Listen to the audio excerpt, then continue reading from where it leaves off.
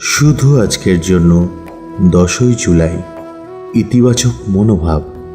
আমি যখন যেখানে গিয়েছি, আমার বরাবরের নেগেটিভ মনোভাব আমার সঙ্গে সঙ্গে গিয়েছিল।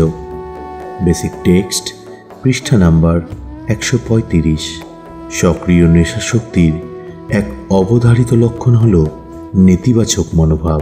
আমাদের জীবনে যা কিছু খারাপ ঘটত, আমরা সবসময় ভাবতাম এটা অন্য কারোর বা অন্য কিছুর দোষ।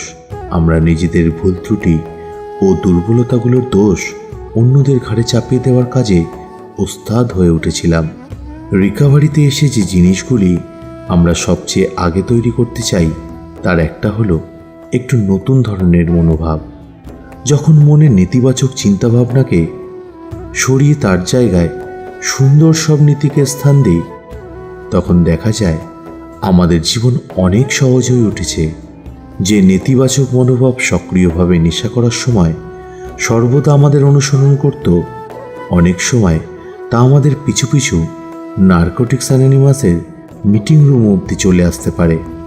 আমাদের মনোভাবগুলিকে কিভাবে ঠিক করতে শুরু করব? আমাদের আচরণ ও কাজকর্মগুলির মধ্যে পরিবর্তন আনলে এটা করা যায়।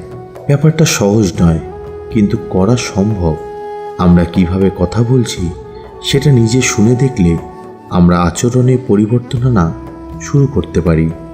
কোনো কথা বলার আগে আমরা নিজেদেরকে কয়েকটা সহজ প্রশ্ন করব, যেমন আমি কি সমস্যার কথা বলতে যাচ্ছি নাকি সমাধানের কথা বলছি? আমার কথাবার্তার ধরনের কি দয়ামায়া আছে? আমার কথাটা বলা কি খুব জরুরি, নাকি না বললেও কারোর কোনো অসুবিধা হবে না? আমি কি শুধু বলবার জন্য বলছি, নাকি জ্ঞানের বাণীগুলির পিছনে কোনো ভালো উদ্দেশ্য আছে? আমাদের মনোভাব আমাদের কার্যকলাপের মধ্যে দিয়ে প্রকাশ পায়। বেশিরভাগ সময়ই আমরা কি বললাম সেটা বড় কথা নয়, কিন্তু কিভাবে বলি সেটাই আসল ব্যাপার। আমরা যখন আরও ইতিবাচক ভঙ্গিতে কথা বলতে শিখি, তখন আমরা দেখি আমাদের মনোভাবেরও উন্নতি হচ্ছে। শুধু আজকের জন্য আমি নেতিবাচক মনোভাব থেকে মুক্তি পেতে চাই। আজকে আমি ইতিবাচকভাবে কথা বলবো ও কাজ করব।